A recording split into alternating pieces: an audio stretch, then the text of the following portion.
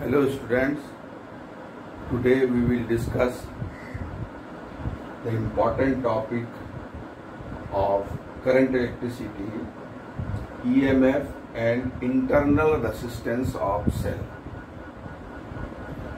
What is EMF? It is a cell and this is the electrolyte and it has two electrodes. One is positive, second is negative. So EMF stands for electromotive force.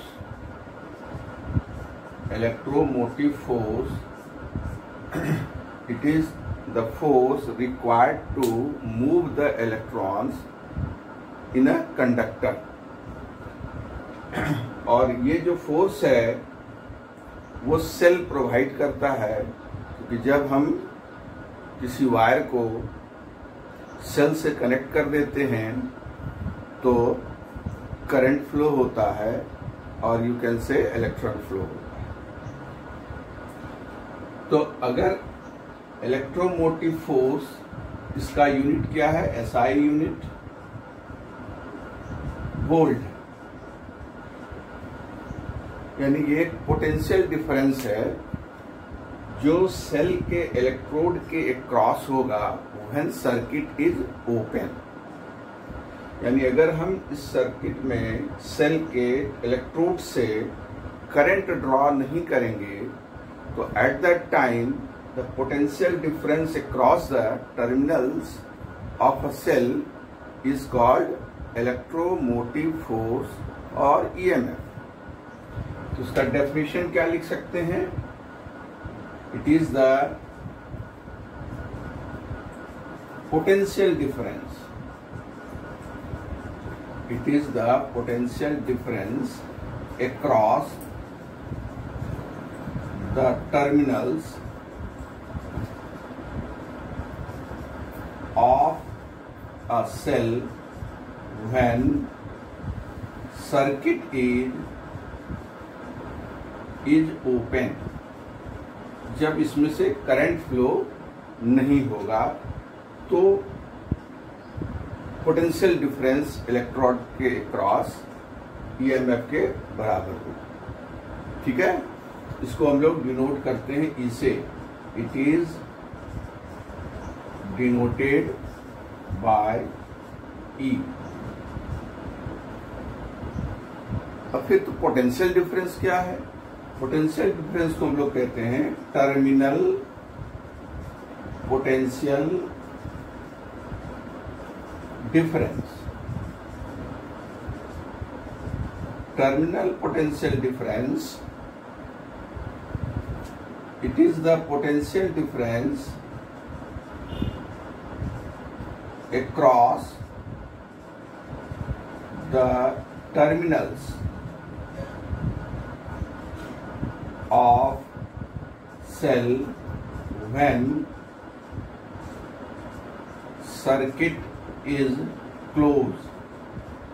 इसका मतलब जब हम cell से current draw करते हैं तो potential difference उस case में जो टर्मिनल्स के क्रॉस होता है वो टर्मिनल पोटेंशियल डिफरेंस और सिंपली पोटेंशियल डिफरेंस कहते हैं. ठीक है, इसका भी unit S, its unit is volt, इसका भी वोल्ट है एंड डिनोटेड बाय, इसको हम लोग V से डिनोट करते हैं पोटेंशियल डिफरेंस. समझ में आया? जैसे ये सेल है, इसमें हमने एक की लगा दिया, एक रेजिस्टेंस लगा दिया और इसको नेगेटिव टर्मिनल से जोड़ दिया. When key is open, there is no current in the circuit. In that case, potential difference is called EMF. And when the key is closed, a certain current is flowing through the resistance, then the potential difference across the terminal is called terminal potential difference और simply potential difference. ठीक है, तो EMF is always greater than potential difference. जैसे dry cell है, उसके ऊपर लिखा आता है 1.5 volt. This is the EMF of the cell. When you draw certain current from the cell, then the voltage across the cell is not 1.5 but it is less than 1.5. Okay, now internal resistance of the cell.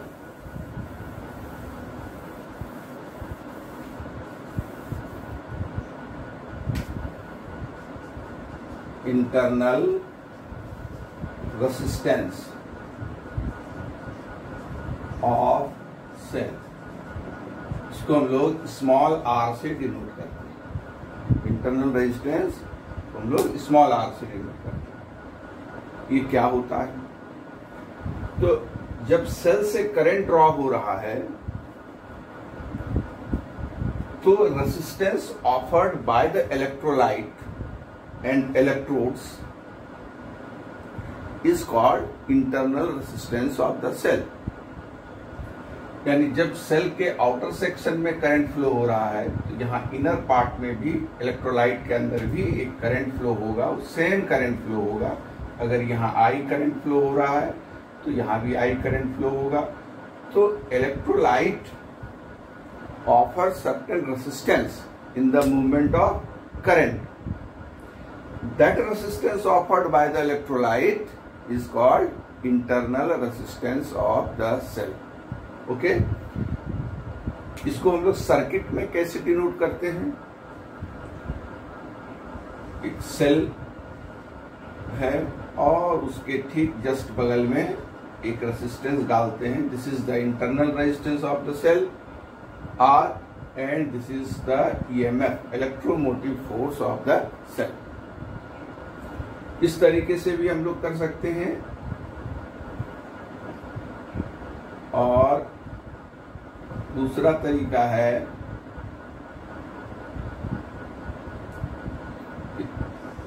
ये cell है of EMF E and below the cell we draw a symbol of resistance. This is also internal resistance of the cell having EMF E. तो दो तरीके से हम लोग इसको denote करते हैं इन द सर्किट। ठीक है, अब हम लोग देखें relation between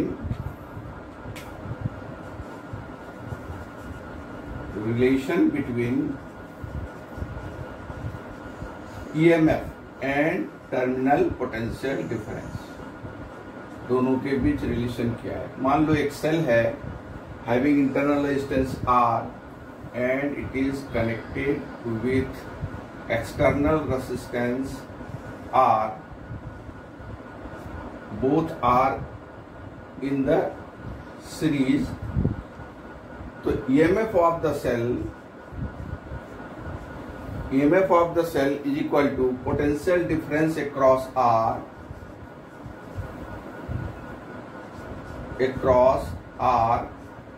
plus potential difference across ई।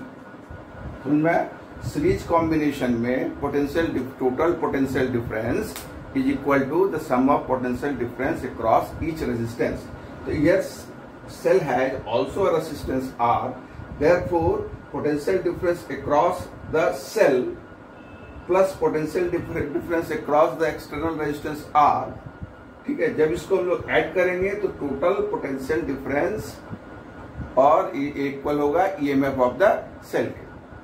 ठीक है, अब पोटेंशियल डिफरेंस अक्रॉस अगर आर वी है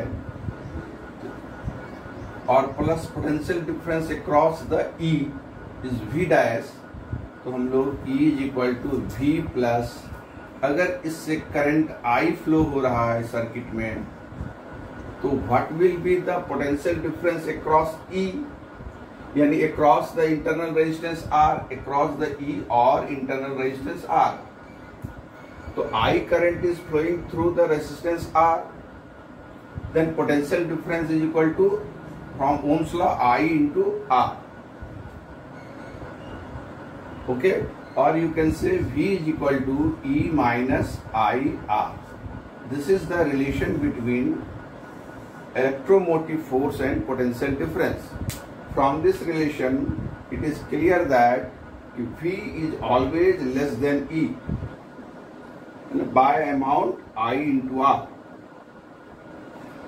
If in the open circuit, if circuit is open, no current flows through the circuit, it means when I is equal to 0, जब current ही नहीं है, ऐसे case में V is equal to E, यानी electromotive force और potential difference same होगा। तो इसीलिए हम लोग इलेक्ट्रोमोटिव फोर्स को डिफाइन करते हैं, it is the potential difference when I is 0. Okay, now internal resistance, expression for internal resistance of the cell.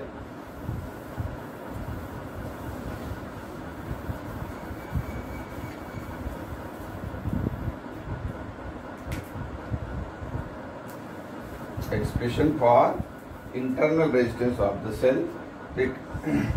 External resistance है R, cell of EMF E, and internal resistance small r. ठीक है, and this is the external resistance R. Current I is flowing through the circuit. ठीक है, तो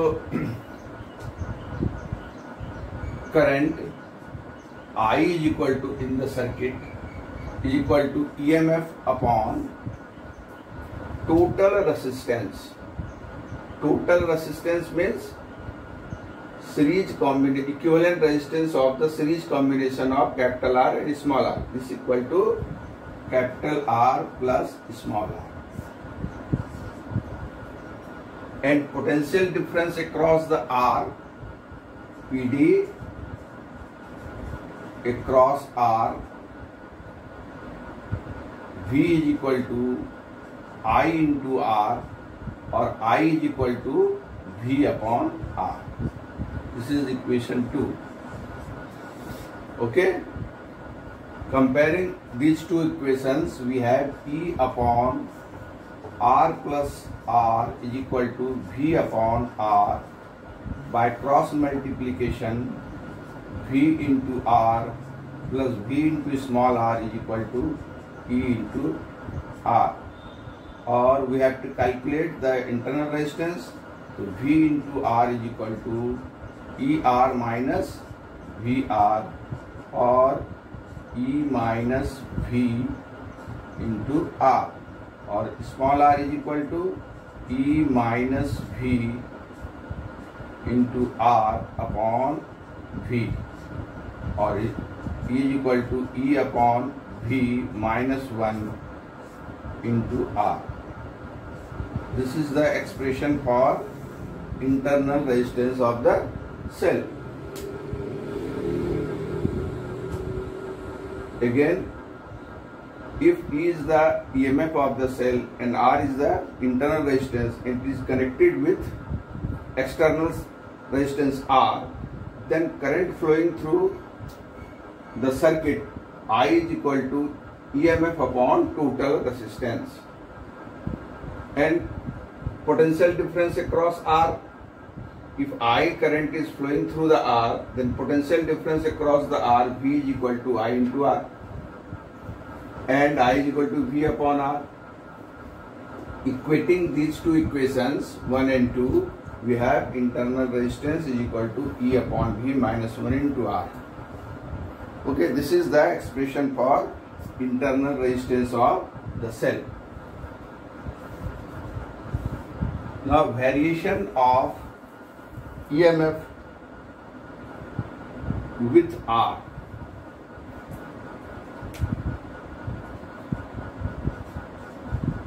Variation of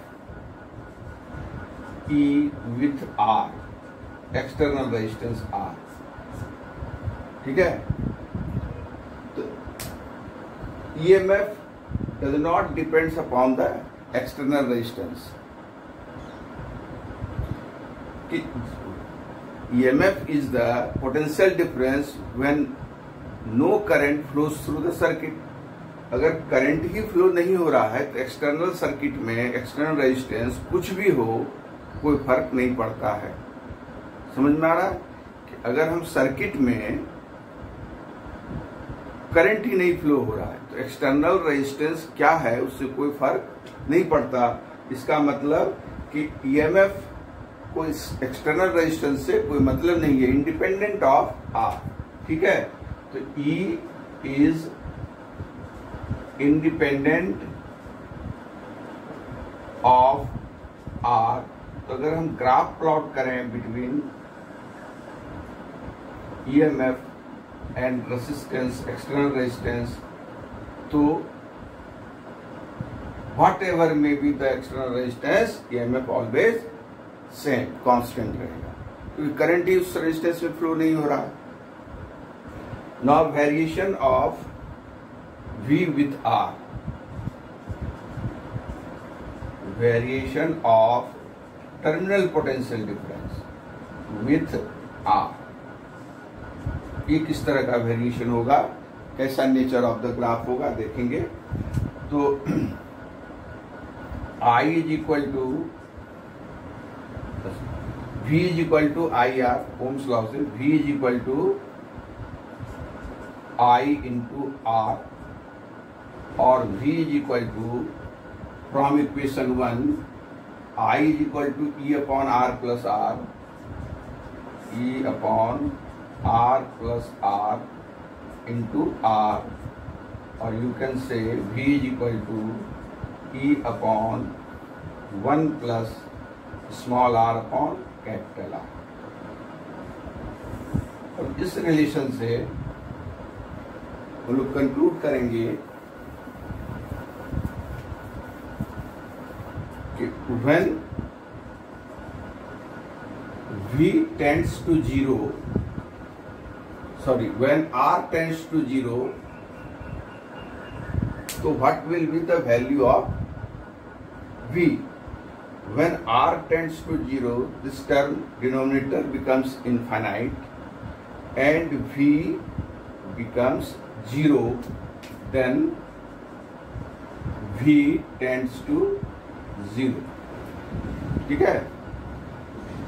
When R is equal to small r, then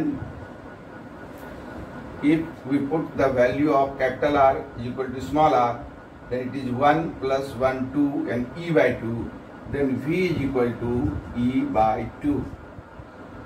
When R is equal to infinite, then so R is equal to infinite means this term is 0 and denominator 0, and 1 plus 0 is 1, यानी V is equal to E. And now plot a graph. Here is the external resistance R and potential difference V. So when R tends to 0, V tends to 0. When R is equal to the internal resistance, then V is equal to E by 2.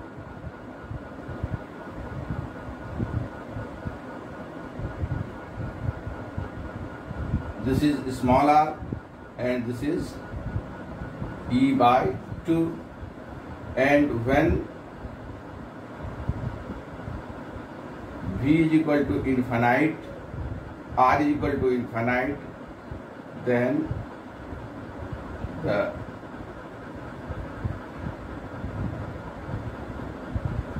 this is the EM. It becomes almost parallel. This is the variation of external resistance with the potential difference. ठीक है, अब हम लोग एक question solve करेंगे based on the internal resistance of the cell.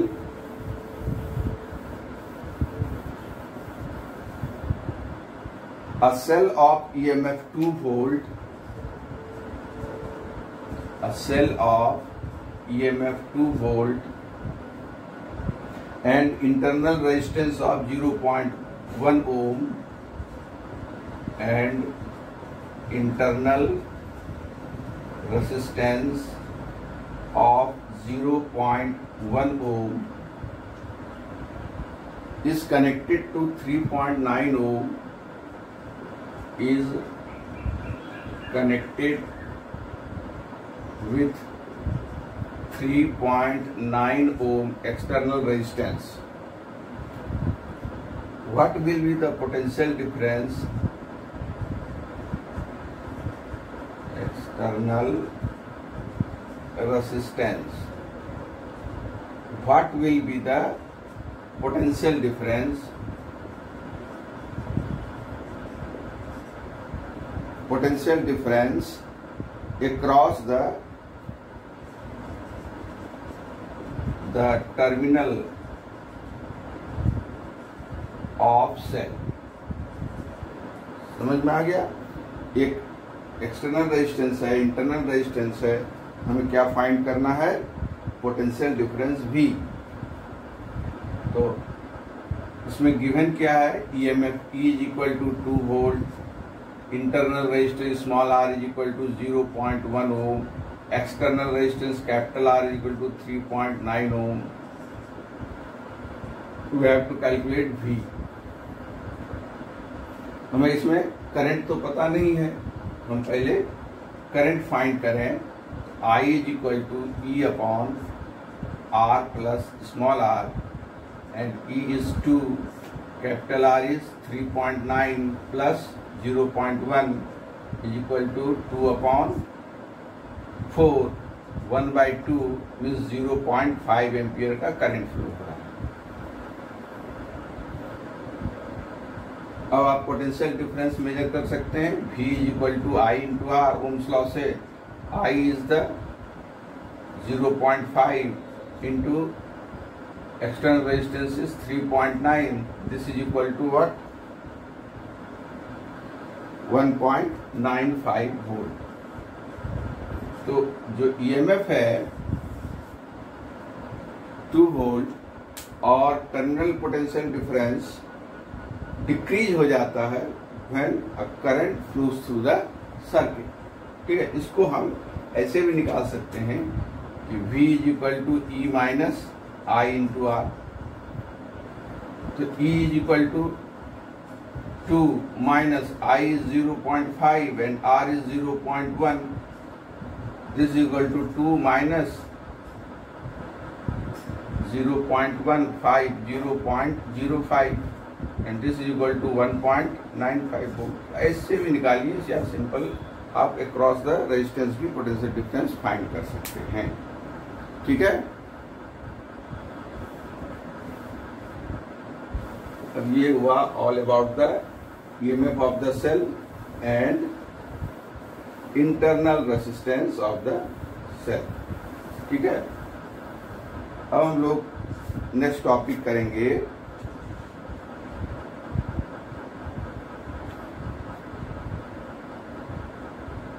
Heating effect of current. Heating effect of current. जब किसी circuit में रेजिस्टेंस है, सेल से आपने इसको कनेक्ट कर दिया, करंट फ्लोज हो रहा है, I current, resistance is R, potential difference is V। Then when we flow the current continuously through the resistance, the heat is produced in the resistance and resistance becomes hot. This effect is called heating effect of current।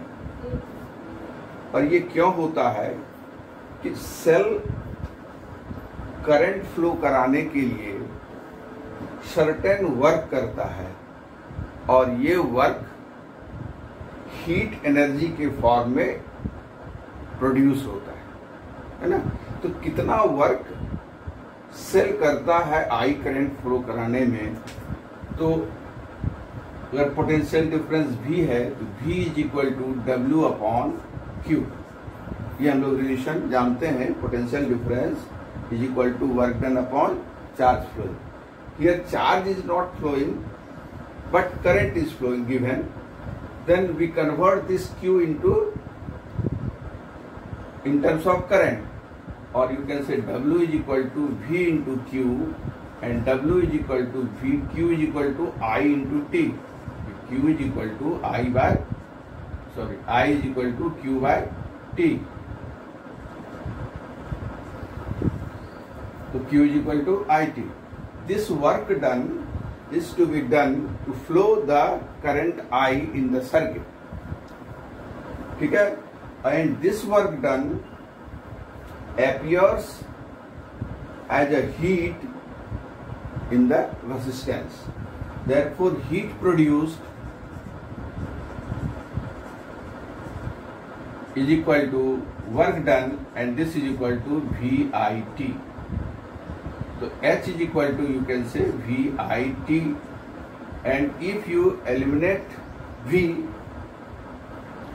from Ohm's law, then H is equal to IR, V is equal to IR into IT, this is equal to I square RT.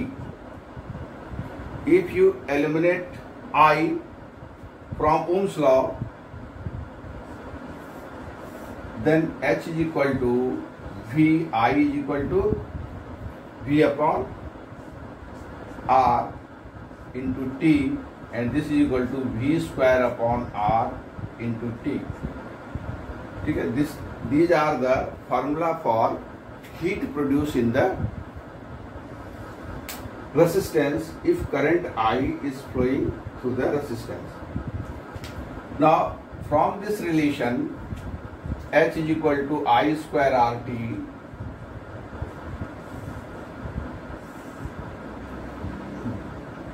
Joule's ने इस फॉर्मूले पर इस फॉर्मूले पर based एक law दिया जिसको हम लोग कहते हैं जूल्स लॉ ऑफ हीटिंग। तो according to the Joule's law, H is directly proportional to I square, means heat produced in the resistance is directly proportional to square of the current. On increasing the current, heat produced increases. ठीक है, अगर circuit में, हमारे घर के domestic circuit में अगर heat produce हो जाता है, अचानक से वोल्टेज बढ़ जाता है, करंट बढ़ जाएगा, और जब करंट इंक्रीज होगा तो हीटिंग इफेक्ट इंक्रीज होता है, शॉर्ट सर्किट होता है। उससे सेव करने के लिए हम लोग लो मेल्टिंग पॉइंट का फ्यूज वायर लगाते हैं। Next, this is the first law. Second law is H is directly proportional to resistance of the conductor। ठीक है, हाई रेसिस्टेंस का अगर कंडक्टर यूज करेंगे तो उसमें हीट प्रोड्यूस ज्यादा होगा।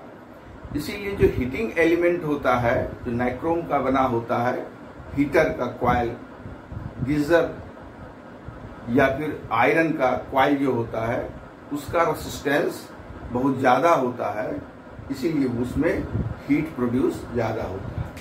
Third law is heat produce is directly proportional to time, यानी जितने समय तक हीट प्रोड्यूस करंट फ्लो होगा, हीट प्रोड्यूस ज्यादा होगा। ठीक है, लंबे समय तक अगर कोई एपरेटस में करंट फ्लो हो रहा है तो वो हीट हो जाता है, ये हम लोग देखते हैं। इसलिए टाइम, जितना देर तक हम लोग करंट फ्लो कराएंगे, हीट उतना ही ज्यादा प्रोड्यूस होगा। तो फ्रॉम दिस फॉर्मूला, जूल्स, ये इस फॉर्मूले को कहते हैं हम लोग जूल्स लॉ ऑफ हीटिंग, और इसी फॉर्मूले पर बेस्ड जूल्स ने 3 लॉज दिए कि H is proportional to I square, H is proportional to R and H is proportional to T। ठीक है, अब हम लोग देखेंगे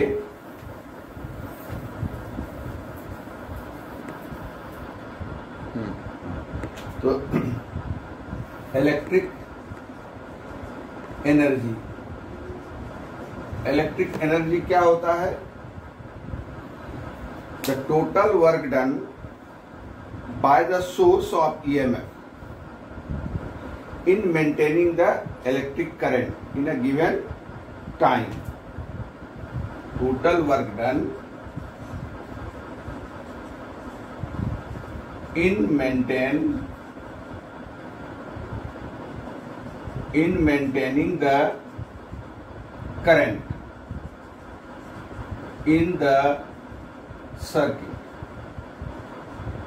in a given time. यानी कितना वर्क कर रहा है. W इक्वल टू आप तो जानते हैं VIT होगा, टी टाइम में कितना वर्क होगा. This work done is called energy, and this is called energy is equal to also VIT and is equal to I square RT and also is equal to V square upon R into T. Same ये heat के लिए भी same formula, work के लिए भी same formula. तो commercial, अब हम लोग दे रहे हैं power, electric power, rate at which work is done by the cell. It is defined as rate at which work is done by the cell to maintain electric current in circuit. तो power is equal to rate at which work is done, W upon T, or you can say VIT upon T, or you can say I square RT upon T and V square upon R into T upon T, and power is equal to work upon time, and this is equal to VI or I square R or V square upon R. Okay. A commercial unit of energy. Commercial unit of energy को हम लोग board of trade unit of energy कहते हैं. ये होता है kilowatt hour. 1 kilowatt hour is equal to 3.6 into 10⁶ joule. ठीक है. पावर का, वर्क का यूनिट, इलेक्ट्रिक एनर्जी का यूनिट क्या होगा? जूल. पावर का एसआई यूनिट वाट. ठीक है. और ये एनर्जी है, ये बड़ा यूनिट है किलोवाट आवर. इसी को board of trade off unit